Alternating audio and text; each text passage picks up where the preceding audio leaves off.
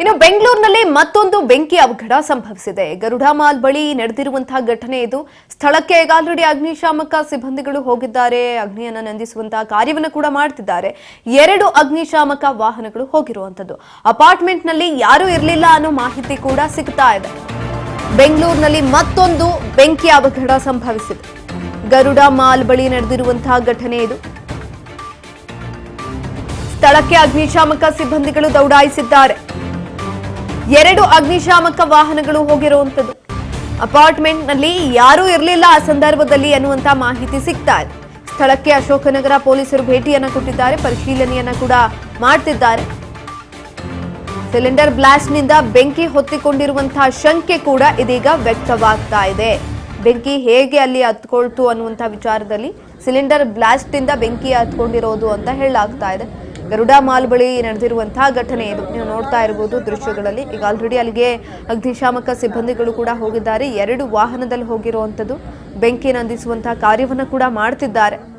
ಇತ್ತೀಚೆಗೆ metro station ಬಳಿ ಕೂಡ ಬೆಂಕಿ ಅವಘಡ ಸಂಭವಿಸಿತ್ತು. ಬೇರೆ ಬೇರೆ ಕಡೆ ಇದೇ ರೀತಿಯಾಗಿ ಅಗ್ನಿ ಅವಘಡ ಸಂಭವಿಸಿತ್ತು. ಶಾರ್ಟ್ ಸರ್ಕ್ಯೂಟ್ನಿಂದ, ಸಿಲಿಂಡರ್ ಬ್ಲಾಸ್ಟ್ನಿಂದ, ಹೀಗೆ ಹಲವು ಕಾರಣಾಂತರಗಳಿಂದ ಬೆಂಕಿ ಅವಘಡಗಳು ಸಂಭವಿಸ್ತಾ ಇದೆ. ಈಗ ಮತ್ತೊಂದು ಬೆಂಕಿ ಅವಘಡ ಬೆಂಗಳೂರಿನಲ್ಲಿ ಸಂಭವಿಸಿದೆ. 2 ಅಗ್ನಿಶಾಮಕ ವಾಹನಗಳು ಕೂಡ ದೌಡಾಯಿಸಿದೆ.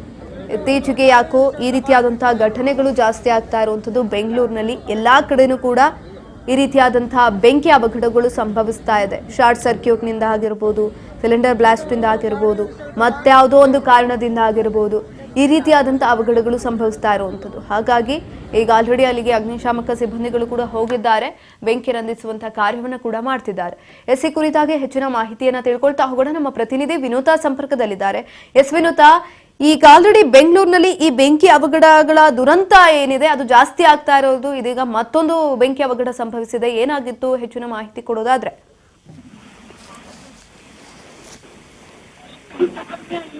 ಬೆಂಗಳೂರಿನಲ್ಲಿ ಇದೀಗ ಬೆಂಕಿ ಅವಘಡ ಸಂಭವಿಸಿರುವಂತದ್ದು ಅಂದ್ರೆ ಗರುಡ ಮಾಲ್ ಬಳಿ ನಡೆದಿರುವಂತಹ ಘಟನೆ ಇದಾಗಿರುತ್ತೆ. ಅದರಲ್ಲಿ 2 ಅಗ್ನಿಶಾಮಕಗಳಾಗಲೇ ಕೂಡ ಅಲ್ಲಿ ಬೆಂಕಿಯಿಂದ ಹಾಕುವಂತ ಕೆಲಸ ಕೂಡ ನಡೆಸ್ತಾ ಇರೋದು. ಅಂದ್ರೆ ಈ ಒಂದು ಬೆಂಕಿ ಇರುವಂತ ಸಂದರ್ಭದಲ್ಲಿ ಅಪಾರ್ಟ್ಮೆಂಟ್ ಅಂದ್ರೆ ಗರುಡ ಮಾಲ್ನ ಬಳಿ ಇರುವಂತಹ ಒಂದು ಅಪಾರ್ಟ್ಮೆಂಟ್ಗೆ ಈ ಒಂದು ಆಕಸ್ಮಿಕವಾಗಿ ಬೆಂಕಿ ತಗುಲಿರುವಂಥದ್ದು. ಬೆಂಕಿ ಬಿಡುವಂತ ಸಂದರ್ಭದಲ್ಲಿ ಯಾವುದೇ ರೀತಿಯಾಗಿ ವ್ಯಕ್ತಿಗಳು ಯಾರು ಕೂಡ ಇರಲಿಲ್ಲ ಅನ್ನುವಂತ ಮಾಹಿತಿ ಬಂದಿರುವಂಥದ್ದು. ಹಾಗಾಗಿ ಅದೃಷ್ಟವಶದಿಂದ ಪ್ರಾಣಾಪಾಯಗಳು ಕೂಡ ಅಲ್ಲಿ ನಡೆದಿಲ್ಲ ಅನ್ನುವಂಥದ್ದು. ಇನ್ನ ಇದಕ್ಕೆ ಸಂಬಂಧಪಟ್ಟಂತೆ ಸ್ಥಳಕ್ಕೆ ಸ್ಥಳದ ಒಂದು ಪೊಲೀಸ್ ವ್ಯಾಪ್ತಿಯಾಗಿರುವಂತಹ ಇಲ್ಲಿ ವಿನೋತಾ, ನಿಮ್ಮ ಧ್ವನಿ ಕರೆಕ್ಟ್ ಆಗಿ ಕೇಳಿಸ್ತಾ ಇಲ್ಲ. ಧನ್ಯವಾದಗಳು ಹೆಚ್ಚಿನ ಮಾಹಿತಿಗಾಗಿ.